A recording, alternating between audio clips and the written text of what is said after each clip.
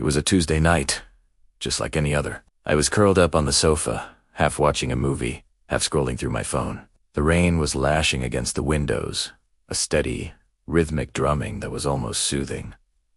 That's when I heard it, a soft, hesitant knock at the front door. At first, I thought I'd imagined it. Maybe it was just a branch hitting the house in the wind. But then it came again, a little louder this time. Knock, knock, knock. Who would be out, in this weather, at this hour? I muted the TV and crept to the door, peering through the peephole. Standing on my porch, drenched and shivering, were two children, a boy and a girl, no older than 10 or 11. They were wearing thin, outdated clothes, completely soaked through. My heart immediately went out to them. They looked so lost and vulnerable. I cracked the door open just a few inches, leaving the security chain on. "Can I help you?" I asked, my voice laced with concern. The boy, who seemed slightly older, spoke first. "Please, ma'am," he said, his voice strangely flat, devoid of any real emotion.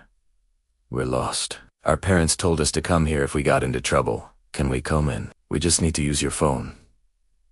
The girl just stared, a blank expression on her face. A chill that had nothing to do with the rain outside snaked its way up my spine. Something felt off. Their story didn't quite add up.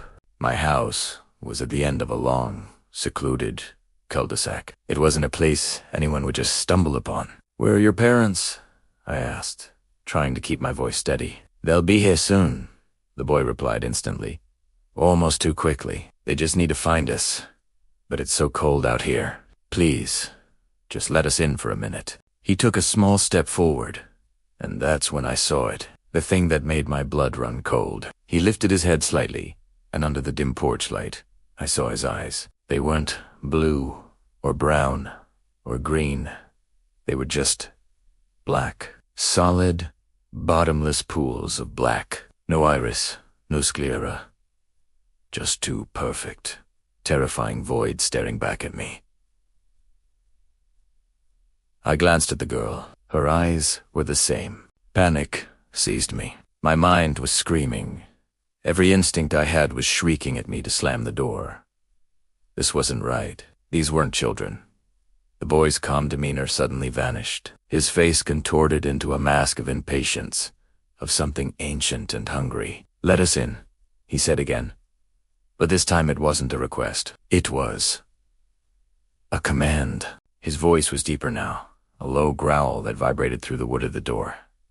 "You have to let us in. We can't come in unless you invite us." My hand flew to the door, my fingers fumbling with the lock. I slammed it shut, the deadbolt clicking into place with a deafening thud. I leaned against the door, my heart pounding in my chest like a drum. I could hear them on the other side.